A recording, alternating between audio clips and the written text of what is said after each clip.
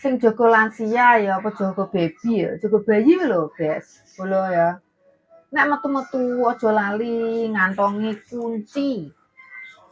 Metu-metu ki lho, metu-metu wong gua sampah ki lho kadang ki pas angin buanter ngono ki lho, jeblek tutup dhewe lawange terus piye nek ora nggo kunci.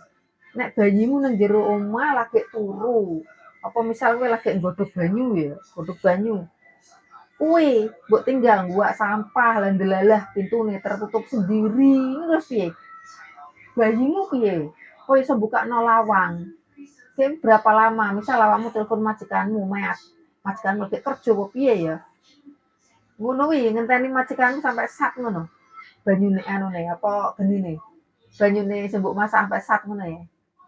Apa nek jaga lansia ya, misal lansiamu lumpuh wis ora iso apa-apa ya.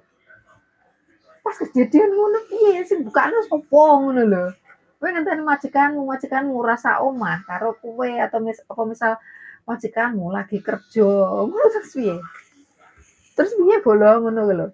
Makanya ya diingat-ingat kunci itu harus selalu dibawa di saku.